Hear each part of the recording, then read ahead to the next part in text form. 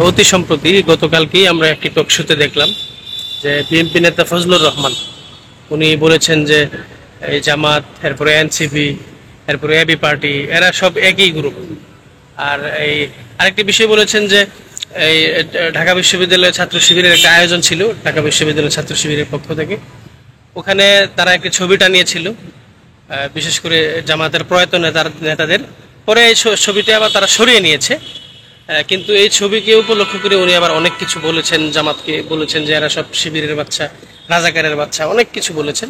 এই সম্পর্কে আপনার বক্তব্য জানতে চাচ্ছি। আমি প্রথমেই বলতে চাই যে অ্যাডভোকেট ফজলুর রহমান সাহেব নিজেই স্ববিরোধী রাজনীতি করছেন। দেশনেত্রী বেগম খালেদা জিয়া বিএনপির চেয়ারপারসন, তিনি কিন্তু এই যাদের ব্যাপারে ফজলুর রহমান সাহেব রাজাকার ট্যাগ লাগানোর চেষ্টা করছেন, যাদের বিরুদ্ধে কথা বলছেন, তাদের প্রত্যেকের নাম নিয়ে দেশনেত্রী বেগম খালেদা জিয়া মুক্তির জন্য আন্দোলন করেছিলেন, বক্তব্য দিয়েছিলেন, এবং বাই নেম তার বক্তব্যগুলো কিন্তু এখন বিভিন্ন জায়গায় অনলাইনে অফলাইনে সব জায়গায় আপনারা এটা পাবেন। তো সেই জায়গায় খালেদা জিয়া যে জিনিসটাকে স্বীকৃতি দিয়ে বক্তব্য দিয়েছেন, সেই বক্তব্যটারই আবার প্রতিবাদ করে বক্তব্য রাখলেন অ্যাডভোকেট ফজলুর রহমান সাহেব। তিনি কি করে স্বাধীনতার 53 বছর পরেও যারা জন্মগ্রহণ করেছে এখন থেকে 20 বছর আগে, 25 বছর আগে, 30 বছর আগে, তাদেরকে নতুন করে রাজাকার ট্যাগ লাগানো শুরু করেছেন। এটা আমি মনে করি শেখ হাসিনার প্রদত্ত বিশেষ যে লকব, সেটাকেই তিনি অনুকরণ করছেন এবং এই কাজটার মধ্য দিয়ে মূলত আওয়ামী লীগকে এস্টাবলিশমেন্ট করার চেষ্টা চালিয়ে যাচ্ছেন। আপনারা দেখেছেন কিনা সাম্প্রতিক সময় 5 তারিখের পরে অ্যাডভোকেট ফজলুর রহমান সাহেবের যে কোনো বক্তব্যই সেটা মায়ের চাইতে মাসির দরদ বেশির মতো হয়ে যাচ্ছে। তথা বিএনপির জন্য তার যে দরদ থাকার কথা, দেশনেত্রী বেগম খালেদা জিয়ার কথা বলার কথা, তারপরে তারেক রহমান সাহেবের বক্তব্য দেওয়ার কথা, কিংবা বিএনপির আদর্শ প্রচারের কথা, সেগুলো তিনি না করে তিনি 24 ঘন্টাই ব্যস্ত থাকেন কি নিয়ে? 24 ঘন্টা ব্যস্ত থাকেন আওয়ামী লীগকে নিয়ে এবং 24 ঘন্টা ব্যস্ত থাকেন বঙ্গবন্ধুকে নিয়ে, আর থাকেন রাজাকার আলবদর এগুলো বলে বলে বিভাজন তৈরিতে। ঢাকা বিশ্ববিদ্যালয়ের স্মরণকালের ইতিহাসের সর্বশ্রেষ্ঠ একটি আয়োজন করেছে ছাত্র শিবিরের ছেলেরা, যেটাকে আমি মনে করি বাংলাদেশের বিজ্ঞান মনস্ক মানুষরা অবশ্যই অ্যাপ্রিসিয়েট করবে। সেই জায়গায় নির্যাতিত মানুষের ছবি টানিয়ে দেওয়া হয়েছে, এমনকি সালাউদ্দিন কাদের চৌধুরী সাহেবের ছবিও টানানো হয়েছে। আজকের এই সালাউদ্দিন কাদের সাহেবের ছবি টানানোকে যদি কেউ অপরাধ প্রমাণিত করতে চায়, তার মধ্য দিয়ে প্রমাণ হয় যে সালাউদ্দিন কাদের চৌধুরী সাহেবকে আপনি রাজাকার সাব্যস্ত করতে চান, তার মানে আপনার দলের নেতাকেই কি আপনি রাজাকার সাব্যস্ত করতে চান? এটা তো স্ববিরোধী আচরণ। বাংলাদেশে শেখ হাসিনার আমলে যতগুলো মানুষকে কিল করা হয়েছে, হত্যা করা হয়েছে, সবকিছু ছিল ইনজাস্টিস। এখানে কোনো ধরনের আপনার পেপার ডকুমেন্টস ছিল না, ওয়েল প্রমাণাদি ছিল না, কোনো ধরনের তাদের সেই এভিডেন্স ছাড়াই তাদেরকে অন্যায়ভাবে ফাঁসি দিয়েছে। আর সেটার আর একটা প্রমাণ হচ্ছে সাম্প্রতিক সময়ে এক ভদ্রলোক মুক্তি পেয়েছে, তার নাম এটিএম আজহারুল ইসলাম। তাকে কিন্তু এই বাংলাদেশের আইন আদালত বলেছে যে তার বিরুদ্ধে আনীত অভিযোগগুলো সব মিথ্যা এবং তিনি বেকসুর খালাস পেয়েছেন, একজন ফাঁসির আসামি। তাহলে যাদেরকে ফাঁসির আসামি হিসাবে কয়েকদিন আগে ফাঁসি দেওয়া হয়েছে শেখ হাসিনার আমলে, তারাও তো এই একই অপরাধের কারণেই তাদেরকে ফাঁসি দেওয়া হয়েছে বলে বলা হয়েছে। তাহলে এই লোকের মামলার আজকে তাকে বেকসুর খালাসের মধ্য দিয়ে প্রমাণ হয় পূর্বে যাদেরকে ফাঁসি দেওয়া হয়েছে, সেই নিজামী, সাইদি, কাদের মোল্লা, আলী হাসান মুজাহিদ, মীর কাসেম আলী কিংবা ছাকা চৌধুরী, এদের কেউই অপরাধী ছিল না। এটা ছিল রাজনৈতিক ক্লিং। এটা শুধুমাত্র ফেসিবাদের শেখ হাসিনার নিজের আশা আকাঙ্ক্ষা পূরণ করার জন্যই তাদেরকে ফাঁসি দিয়েছিলেন। অতএব ফজলুর রহমান সাহেব ঢাকা বিশ্ববিদ্যালয়ের এই সাধারণ শিক্ষার্থীদেরকে এই ছবিগুলো টানানোর অপরাধের কারণে তিনি যেভাবে তাদেরকে গালিগালাজ করছেন, প্রতিনিয়ত টকশোতে কথা বলছেন, তার মধ্য দিয়ে তার আওয়ামী লীগের চরিত্রটাকেই প্রকাশ করছেন। আমি মনে করি বাংলাদেশের প্রত্যেকটি ঘরে ঘরে, রাস্তায় রাস্তায়, মোড়ে মোড়ে শেখ হাসিনার নির্যাতনের, নিপীড়নের শিকার সকল হত্যাকারী ব্যক্তির ছবি টানিয়ে দেওয়া উচিত। শাহবাগের হত্যাকারীদেরকেও তাদের ছবিগুলো রাজপথে টানিয়ে দেওয়া উচিত, কারণ ইতিহাস থেকে জাতিকে জানতে হবে। আর ওই 2013 সালে যাদেরকে হত্যা করা হয়েছে তাদের ছবিগুলো জাতির কাছে প্রকাশ করা উচিত এবং টানিয়ে দেওয়া উচিত এবং এদেরকে বয়কট করা উচিত। অতএব এই অ্যাডভোকেট ফজলুর রহমান সাহেব তিনি বাংলাদেশের জনবিদ্বেষী বক্তব্য দিয়েছেন। এই বক্তব্য তিনি প্রত্যাহার না করলে তাকে জাতির কাছে ক্ষমা চাওয়া উচিত। ক্ষমা না চাইলে জনগণ কিন্তু তাকে কোনোদিন ছাড়বে না। আরেকটি বিষয়ে আপনি জানেন যে বিএনপির আরেকজন নেতা আছে হাবিবুর রহমান হাবিব, উনি একটি কথা বলেছেন যে যারা দাঁড়িপাল্লায় ভোট দিতে যাবে ধানের শীষ ছাড়া, তারা সুস্থভাবে ফেরত আসতে পারবে না। এই বিষয়টি নিয়ে এই বক্তব্যটাও সম্পূর্ণ গণতন্ত্র বিরোধী একটা বক্তব্য। আপনারা জানেন যে বাংলাদেশের মানুষ যাকে ইচ্ছা তাকে ভোট দেবে। গত 16 বছর এই দেশের মানুষ ভোট দিতে পারে নাই।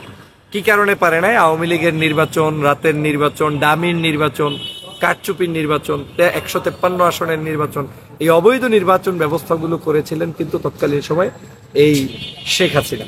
তো সেই জায়গা থেকে নতুন নির্বাচন যেটা এখন হবে বাংলাদেশে, সেই নির্বাচনে কোনো একজন প্রার্থী যদি কোনো একজন ব্যক্তিকেও কেউ ভোট দেয়, তারও অধিকার আছে স্বাধীনভাবে ভোট প্রদানের। অতএব হাবিব ভাই একজন সিনিয়র রাজনীতিবিদ হয়ে তিনি যে মন্তব্যটা করেছেন, এটা স্ববিরোধী মন্তব্য করেছেন এবং গণতন্ত্রের বিরুদ্ধে বক্তব্য দিয়েছেন। আপনারা জানেন শহীদ রাষ্ট্রপতি জিয়াউর রহমান ছিলেন একজন গণতন্ত্রের পূর্ণ প্রবক্তা, যিনি 1975 সালের এই যে 15ই আগস্টের মুজিবের যে অধ্যায় শেষ হওয়ার পরে বাংলাদেশে গণতন্ত্রকে পুনর্জাগরণ করেছিলেন।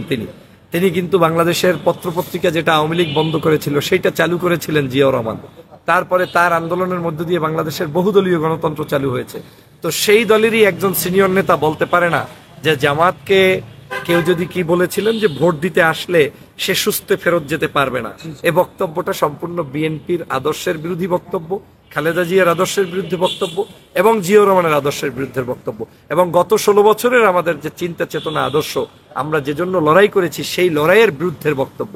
জুলাই বিপ্লবটা সংগঠিত হয়েছে কোনো একক গোষ্ঠীকে প্রাধান্য দিয়ে প্রতিষ্ঠিত করার জন্য নয়, বরং জুলাই বিপ্লব সংগঠিত হয়েছে বাংলাদেশের সকল মানুষের অধিকার প্রতিষ্ঠার জন্য এবং সকল দলমত, জাতি, ধর্ম, বর্ণ নির্বিশেষে জাতির প্রত্যাশা পূরণের জন্য। এই বাংলাদেশে বিএনপি ভোট দিবে, জামাত ভোট দিবে, হেফাজত ভোট দিবে, চরমনাই ভোট দিবে, এনসিপি ভোট দিবে, গণ অধিকার ভোট দিবে।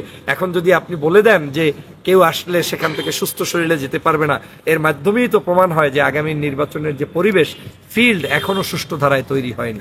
তার মানে আমাদের সংস্কারের এখনো যথেষ্ট প্রয়োজন রয়েছে। সংস্কারবিহীন নির্বাচনে গেলে সেই নির্বাচন সুষ্ঠু হবে বলে আমার কাছে মনে হচ্ছে না। অতএব এই রাহু এবং এই পেশি শক্তি, এই সন্ত্রাস, চাঁদাবাজ, টেন্ডারবাজ, দুষ্ট মানুষদের কাছ থেকে প্রত্যেকটি রাজনৈতিক দলকেই রক্ষা করে একটি গণতান্ত্রিক প্রক্রিয়ার পথে আমাদেরকে এগিয়ে যেতে হবে।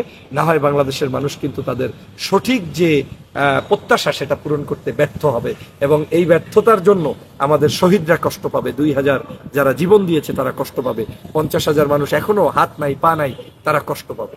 আমার বিশ্বাস। আরেকটি বিষয় আপনার কাছে জানতে চাই যে আমরা জানি যে আপনি বিএনপি করতেন, বিএনপির একজন নেতা ছিলেন, আপনি পদত্যাগ করেছেন, সেটাও মিডিয়ার মাধ্যমে আমরা জেনেছি। এখন আপনি ঘোষণা দিয়েছেন যে আপনি নির্বাচন করবেন।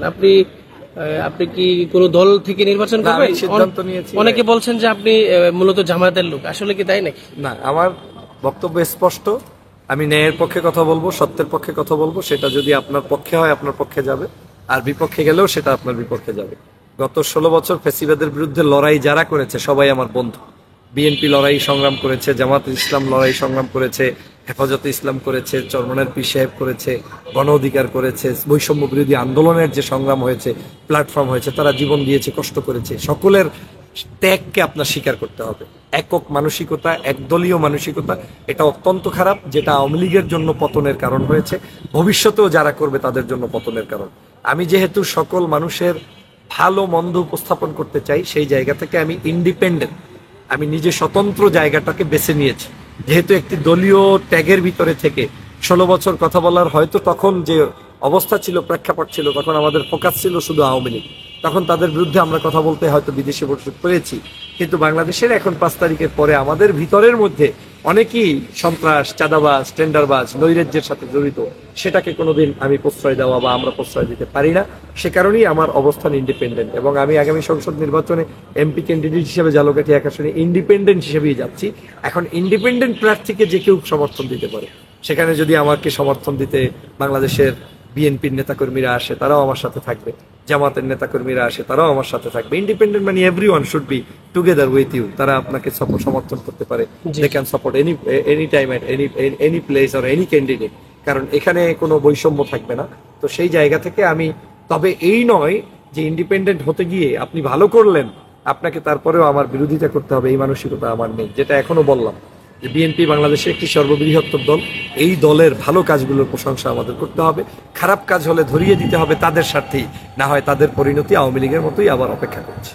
আপনি কি চান কিনা যে এখন একটি কথা বিভিন্ন জায়গায় উঠছে, বিশেষ করে ক্যাম্পাসগুলোতে, যে হল রাজনীতি নিষিদ্ধের ব্যাপারে ঢাকা বিশ্ববিদ্যালয়ে একটি আওয়াজ উঠেছে এবং আমরা দেখতে পেয়েছি। আমি এই বিষয়টি নিয়ে যদি আপনি না, আমি পরিশুদ্ধ রাজনীতির পক্ষে, ছাত্র রাজনীতি নিষিদ্ধের পক্ষে আমি নই। এই বাংলাদেশ ভাষা আন্দোলন হয়েছে ছাত্র আন্দোলনের মধ্য দিয়ে, বাংলাদেশ স্বাধীন হয়েছে ছাত্রদের আন্দোলনের মধ্যে দিয়ে, বৈষম্য বিরোধী আন্দোলনের 24-এর গণ অভ্যুত্থানও হয়েছে ছাত্রদের আন্দোলনের মধ্যে দিয়ে। অতএব এই আন্দোলন বন্ধ করা যাবে না, এই ছাত্রদের রাজনীতিও বন্ধ করা যাবে না, তবে পরিশুদ্ধ রাজনীতি করতে হবে, যেই রাজনীতিতে মানুষ অ্যাকসেপ্ট করে, পছন্দ করে, সেরকম একটি রাজনীতি আপনাদেরকে চালু করতে হবে। সেই জায়গায় যেতে হবে, সেই জায়গায় গত 16 বছর আমরা যেতে পারিনি বিধায় হঠাৎ করে এখন রাজনীতি ওপেন হওয়ায় হয়তো আপনাদের কাছে মনে হচ্ছে কি হচ্ছে নতুন নতুন মনে হচ্ছে, কিন্তু এটা আপনাদেরকে অ্যাডজাস্টমেন্টে আসতে হবে।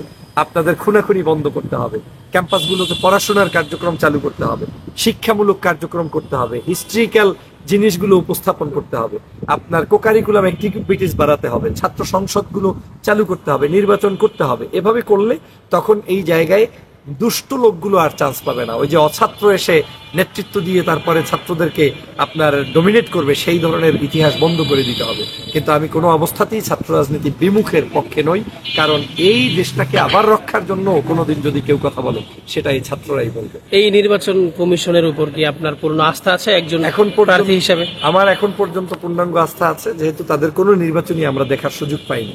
যদি স্থানীয় নির্বাচনগুলো আগে হয়ে যেত হয়তো আমরা কিছুটা হলেও তাদেরকে বুঝতে পারতাম, তবে তাদের ইচ্ছা, ব্যক্তিগত বক্তব্য সবকিছু দিয়ে মনে হচ্ছে যে তারা একটু হলেও ভালো কিছু করবে এবং সে প্রত্যাশা আমরা রাখতে পারি। তবে প্রশাসনকে আরো স্ট্রং হতে হবে।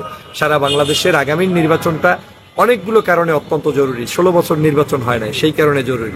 দেশি বিদেশি সবাই তাকিয়ে থাকবে যে আমরা যাদের বিরুদ্ধে লড়াই করলাম তার চেয়ে বেটার নির্বাচন এই দেশে হয় কিনা। যদি হাসিনার স্টাইলেই নির্বাচন হয়, কিংবা একপাক্ষিক নির্বাচন হয়, কিংবা সন্ত্রাস চাঁদাবাজ দিয়ে নির্বাচন হয়, তাহলে তো এই দেশের কোনো সেই আপনি যে উচ্ছিলা দিয়ে স্বাধীন করলেন সেই উচ্ছিলার কোনো ভ্যালু থাকলো না। অতএব জাতীয় স্বার্থে, দেশের স্বার্থে, গণতন্ত্রের স্বার্থে, আমাদের ইকোনমিকের স্বার্থেই একটি সর্বজনীন নির্বাচন করতে হবে যেখানে সকল মানুষের অংশগ্রহণ থাকবে এবং সেখানে জনগণ যাকে ভোট দেবে সে নির্বাচিত হয়ে সংসদ সদস্য হবে কিংবা এমপি মন্ত্রী হবে। আমাদের কোনো আপত্তি নেই, কিন্তু নির্বাচন আমাদেরকে সঠিক পথে করতেই হবে।